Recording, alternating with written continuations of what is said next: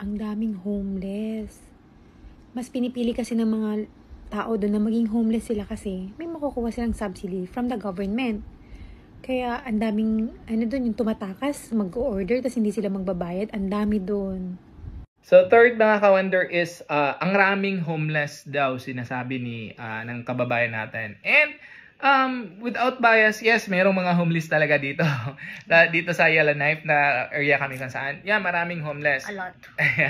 But that does not mean Pinoy na mga homeless. Native na mga homeless yung andi dito. Sila yung mga native Indian na yung sinasabi nga ng mga Pinoy dito, sila talaga, they own this land.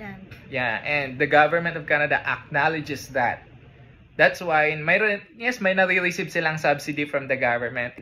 The subsidies they receive, kinukuha din yan sa tax ng mga workers. So, somewhat, hindi din mawawala na. Parang, meron din yung parang, naisip mo na, ano ba to? Oh, yeah, parang a little bit of, not fair. Kasi nga, nagtatrabaho kami, tapos yung sila nakaka-receive ng subsidy coming from the tax that we are working, and come to think of it, they are the priority to give na bigyan ng jobs dito. It's just that we don't know what's the reason why they prefer not to work, but not all of them, because we also have seen most of the native Indians here na nagtatrabaho talaga fairly and equally.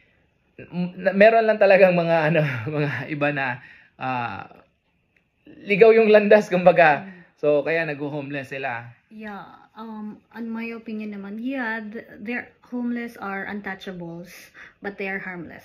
That's what all I can say. Harmless. Yeah, tama. Tama yung sinasabi naman ni kababayan natin na kumukuha sila ng item, lumalabas, walang bayad. Yes, may nangyayari talaga.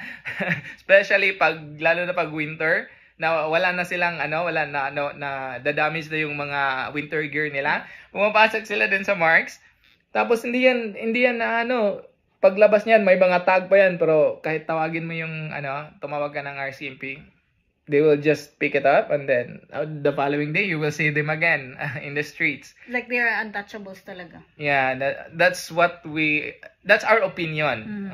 Kasi kahit sinong sabihan mo, kahit sinong matanong siguro naman dito, that will be their opinion also na parang they're untouchable. Harmless naman sila. There are just instances na like if there is already like a liquor intoxication, paglasing na sila, wag mo na lang talagang anuhin, kasi kahit sino naman paglasing, wala talaga sa matinong pag-iisip yan. Even though as Pinoys. Yeah, everyone kapag nalasing, mawawala talaga sa matinong pag-iisip, and to avoid things na out of control, di mo na lang anuhin, hindi mo na lang sila gagalawin. Ganun lang naman. But other than that, they're harmless.